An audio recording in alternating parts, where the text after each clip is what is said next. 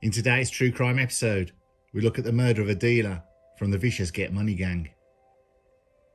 As his killer wraps his victim in a duvet and hides the gang member's body, the killer goes on the run with his family, only to return a month later.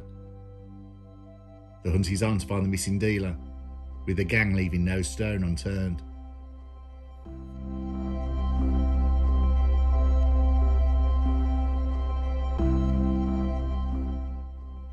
We go back to November 2017, to Hartmore Mews in Enfield, North London. Gary Hopkins, who's 37 years old, was nicknamed the Magician for his love of conjuring and magic tricks. He was a window cleaner by trade, but in the past few years, he was in the grip of full-blown addiction. He lived with his partner Stacey Doherty, who was 28 years old. Both Gary Hopkins and Stacey were addicted to smack and crack. Also at the flat were their 3 children. After selling everything of value to feed their habit, their dealer came up with a proposition which may be beneficial to them both. Gary Hopkins was asked by the dealer that if they used his flat to conduct business and as a base for them, then he'll pay them in product. Beneficial to both parties, a gang member would be stationed at the flat. It would mean losing a room. The room would be handed over to the gang, and the rest of the flat was the family's. The name for this is a cuckooed residence. People who choose to exploit will often target the most vulnerable in society.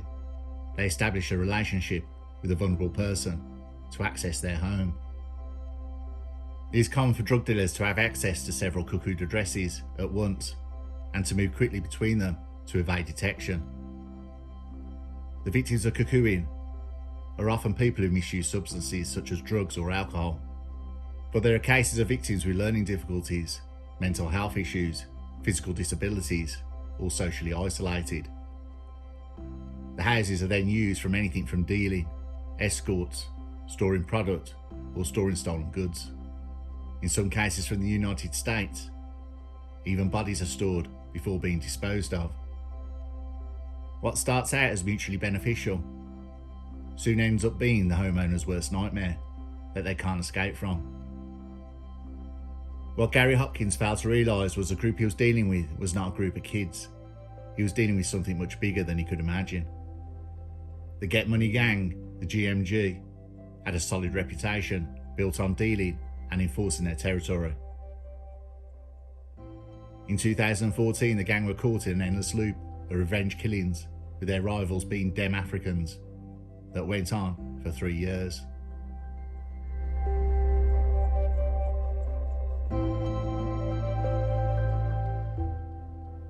After Gary opened the door to the gang, they promptly stationed a member at the address. Gary and his partner had their addiction fed.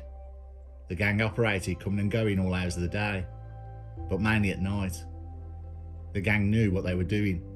They fed his addiction enough to keep him compliant, but not a never-ending supply that Gary thought he was getting. He soon started to regret the deal. He made his feelings clear, saying the deal's over, but was told by a Get Money gang member, "Pipe down, you mug, before you get hurt." Gary and his partner spent most of their time in the bedroom, and so did the kids. Their flat was no longer their own. A gang member known as Skeng was stationed at the flat, and he slept on the sofa and dealt to whoever came round. One day in December, on the run up to Christmas, Gary's partner Stacey tells Gary she owes £60 to another dealer, and he wants paying or else. She also tells Gary that she's not got anything for the kids for Christmas. Gary was getting exceedingly wound up by Skeng sleeping on his sofa and telling Gary what to do. The kids having no presents and Stacey owing money. It forced Gary into action as he sat on the edge of the bed.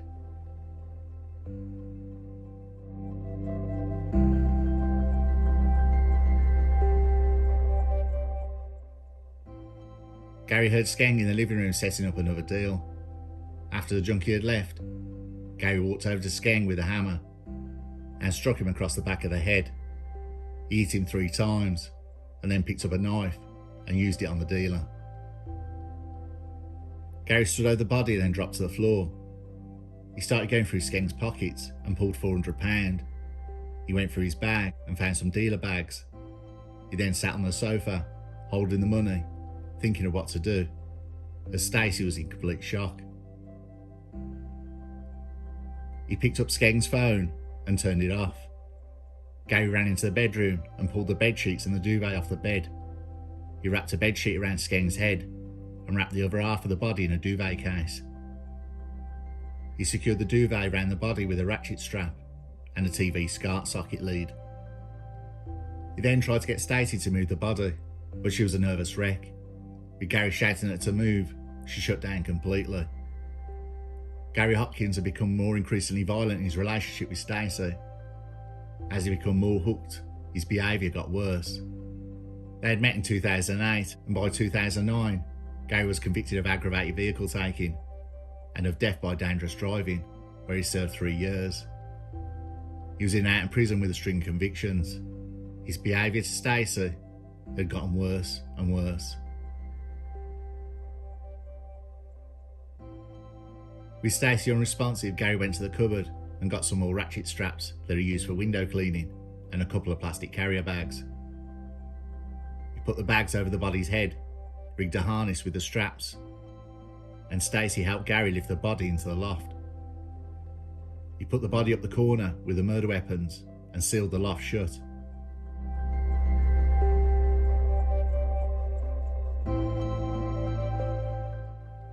Gary searched the kitchen drawers and took a screwdriver. He told Stacey not to move, and he would be back. He ran out the flat and returned a half-hour later in a stolen car. In the boosted car, he and Stacey picked up the kids from school. He then got Stacey and the kids to pack what they needed from the flat. They were having a Christmas holiday. He deadlocked the doors to the flat. The first stop was the dealer Stacey owed money to, and Gary paid him.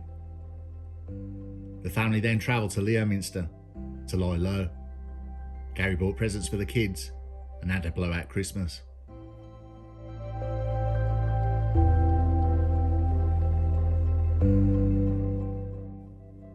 Skeng, the missing dealer, had not reported in to collect more wraps of smack, which was not like him. The gang went round to the flat. They had their own key, but could not gain access to the flat at all. The gang started going round questioning anyone, users and dealers. The Get Money gang were pretty certain that Skeng had been taken out by the gang, Dem Africans. Skeng, whose real name was Abdi Ali, arrived in the UK in 2004 as a child from Somalia, with his mother and 7 siblings. The family was granted asylum, and Abdi Ali, now at 17 years old, had lost his way. While his brothers and sisters excelled, he started to get more and more into trouble with the police and became more detached. After missing for several days, the police were informed and a missing person case was filed. Abdi Ali was not seen as high risk because of his age, plus he had moved out several weeks before and had come home, but then left again.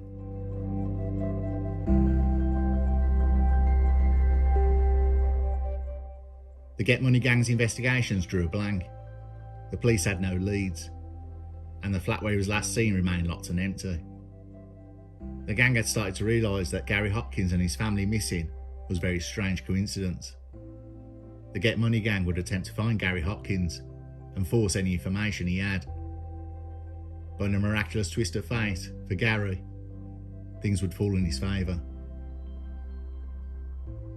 In January, cops working leads to several murders had arrested a large proportion of the Get Money gang, though they would be released months later due to lack of evidence and witnesses withdrawing statements. While the gang was inside prison, most of their dealing spots had been taken over by rivals. So when the gang members were released, recruiting and defending their dealing spots, corners and turf was a priority, which they managed to reclaim and expand in several weeks. With new money to make, Abdi Ali had been all but forgotten, and so was finding Gary Hopkins.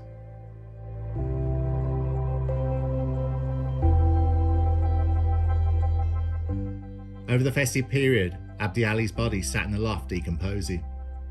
Gary Hopkins and Stacey arrived back in the flat after Christmas, and life carried on. The duo had got to a point where they were clean and sober. Though they wouldn't be getting a token at an AA meeting, they still used, though the usage of the two had considerably dropped. The kids were back at school, and the body in the loft was never mentioned by the couple. No one was looking for Abdi Ali, and with Gary restarting his window cleaning round, life had got back to some kind of normality. 8 months after the murder, for some reason Gary's behaviour had changed. He started boasting he killed a dealer. He would tell his friends, but no one put any weight behind it. When they asked who the dealer was, he'd clam up.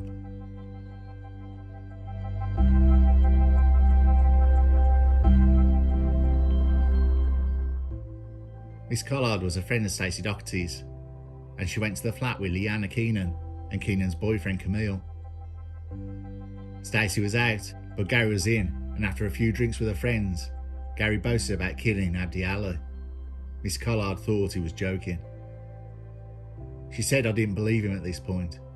His way of trying to reassure me was him saying that he'll ask Stacey about the attic in front of me, and then just watch her face. When they got back, Gary pointed up to the loft and told Stacey Doherty, "I told him about the guy in the attic." That was it, Miss Collard said. Stacey completely broke down. She said Gary seemed excited, especially in the way he told Stacey, the way he was pointing at the loft. I said, "Okay then, if it's true I want to see." Gary went and got a ladder from outside and propped it up to the attic. Miss Collard said Gary was like, "Go on then, go."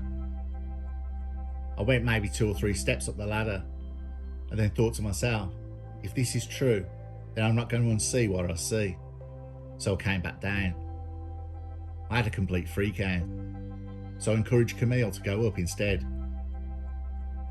When Camille came down, I asked him if there was anything up there. He was very pale and just shook his head and said yeah. Miss Collard shared the grisly secret with her partner later that day, and the two went to Hatfield Police Station to report it.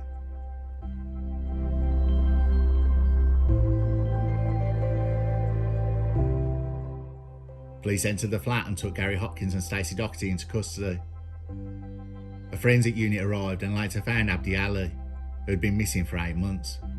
His body wrapped in a black and red duvet cover, with black plastic bags wrapped around his head. The whole loft was covered in flies. An autopsy had shown Abdi Ali had suffered 3 hammer blows to the top of his head, at least 11 stab wounds to the upper left side of his chest, and at least 7 knife wounds to the back left of his neck, among other injuries.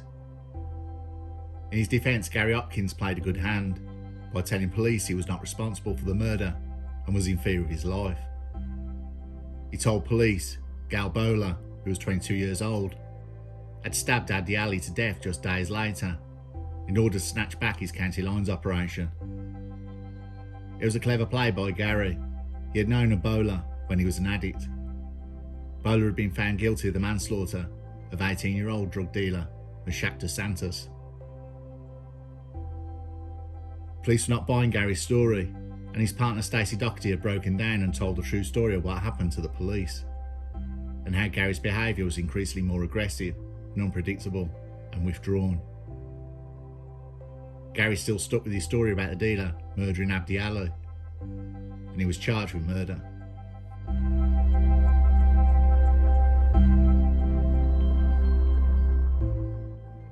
At the Old Bailey in London on June 2019, appearing on video link from Wormwood Scrubs Prison, Gary Hopkins denied murder but was convicted. He admitted perverting the course of justice and preventing the lawful burial of a body. He showed no emotion as he was found guilty of murder and jailed for life. The judge ordered Gary Hopkins to serve a minimum of 22 years before he can be considered for parole. Stacey Doherty, who appeared in court sporting cornrows and wearing a large pink crucifix, had wept as she was cleared of murder and manslaughter. She was convicted of perverting the course of justice after she helped hide the body for 8 months and clean up the bloodstains. She was sentenced to 27 months imprisonment, but was released immediately after serving 20 months on remand. She was ordered to complete a rehabilitation program when released on licence. Both defendants were ordered to pay a £120 statutory victim surcharge.